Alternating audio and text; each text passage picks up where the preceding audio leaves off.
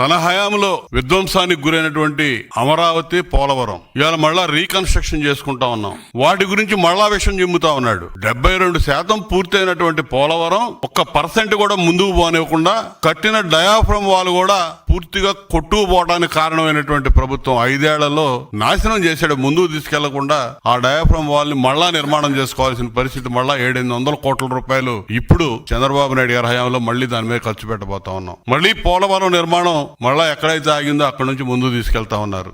Amaravati capital సిటీకి ఆ రోజున అసెంబ్లీ సాక్షిగా ఒప్పుకొని అడ్డం తిరిగి 3 ముక్కలాడాడి అమరావతి విచ్ఛిన్నానికి కారణమైతే ఈ రోజున మళ్ళా రీకన్స్ట్రక్షన్ కి మళ్ళా చంద్రబాబు నాయుడు గారి నాయకత్వంలో మళ్లీ పునాదులు వేసుకున్నటువంటి పరిస్థితి. మళ్లీ విషయం చెప్పటం మొదలు పెట్టాడు. ఈ 2 అంశాల మీద ఈ రోజు ప్రెస్ మీట్ లో కూడా మైనింగ్ గురించి మాట్లాడతాడు.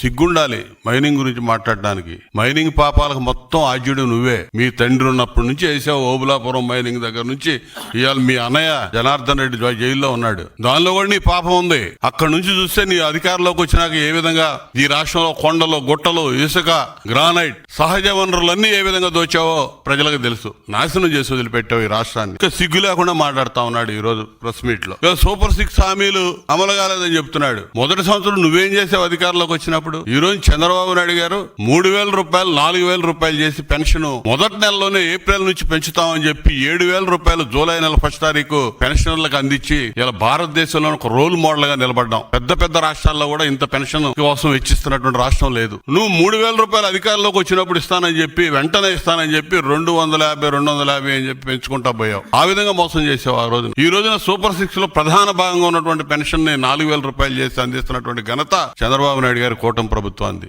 గ్యాస్ సిలిండర్లు 2వ పథకంగా ఉన్నటువంటి గ్యాస్ సిలిండర్లు ఇలా 1 కోటి సిలిండర్లు మొదటి విడతలోనే అందించాం మహిళలకి.